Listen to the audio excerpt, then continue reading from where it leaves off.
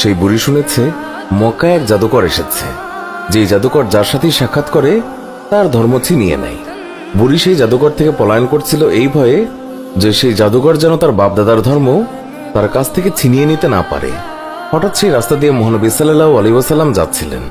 বুড়ি মহানবী সাল্লাল্লাহু আলাইহি ওয়াসাল্লামকে দেখে বলল, বাবা, এই মালগুলি আমার মাথায় উঠিয়ে দিতে পারবে কি? মহানবী সাল্লাল্লাহু আলাইহি ওয়াসাল্লাম যখন মালগুলি তুলে দিতে গেলেন তখন তিনি দেখলেন মালগুলো খুবই ভারী, আর এত ভারী যা বুড়ি উঠাতেই পারবে না। তখন মহানবী সাল্লাল্লাহু আলাইহি ওয়াসাল্লাম তিনি বুড়িকে বললেন, এটার তো খুবই ওজন, আপনি যদি অনুমতি দেন আমি আপনার এই মালগুলি আপনি যেখানে বলেন সেখানে দিয়ে আসব। বুড়ি তো খুবই খুশি, সে খুশি মনে অনুমতি দিল। মহানবী সাল্লাল্লাহু আলাইহি ওয়াসাল্লাম সকল মালপত্র নিজের মাথার উপর তুললেন আর বুড়ির সাথে পথ চলতে লাগলেন। আর বুড়ি পুরো রাস্তায় ওই জাদুকরকে বকা দিতে দিতে গেলেন। মহানবী সাল্লাল্লাহু আলাইহি ওয়াসাল্লাম বুঝলেন বুড়ি কার ওপর প্রচন্ড রেগে আছেন। তাই মহানবী সাল্লাল্লাহু আলাইহি ওয়াসাল্লাম বুড়িকে প্রশ্ন করেন, মক্কা ছেড়ে কেন যাচ্ছেন?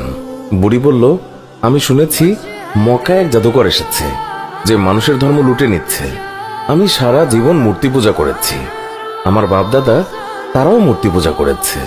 আমি চাই না আমার এই বয়সে বাপদাদার ধর্ম আমার কাছ থেকে ছিনিয়ে নেই, তাই আমি মক্কা শহর ছেড়ে চলে যাচ্ছি। মহানবী সাল্লাল্লাহু আলাইহি ওয়াসাল্লাম বুড়ির কথা শুনে তার মাল ফেরত দেননি, বরং যত্নের সাথে মাথায় করে বুড়ির সব মালামাল বহন করে নিয়ে গেলেন। বুড়ির গন্তব্যে তার মালামাল পৌঁছে দিয়ে মহানবী সাল্লাল্লাহু আলাইহি ওয়াসাল্লাম চলে আসার সময় বুড়ি জিজ্ঞাসা করল, বাবা, তুমি আমার জন্য এত কষ্ট করেছ, তোমার নামটা তো বলো, যাতে আমি লোকদেরকে তোমার নাম বলে প্রশংসা করতে পারি।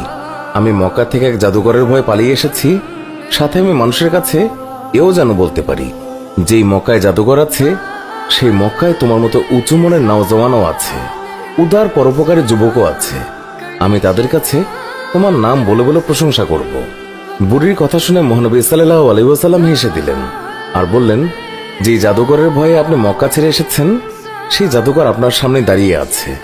বুড়ি বলল, সত্যি সত্যি আপনি মুহাম্মদ? হুজুর বললেন, হ্যাঁ, আমি সেই মুহাম্মদ। তখন বুড়ি বলল, তাহলে আপনার জাদু আমার উপর ক্রিয়া করে ফেলেছে। সুবহানাল্লাহ, আপনি আর দেরি করবেন না, আমাকে পাক কালেমা পড়িয়ে দিন, লা ইলাহা ইল্লাল্লাহু মুহাম্মাদুর রাসূলুল্লাহ।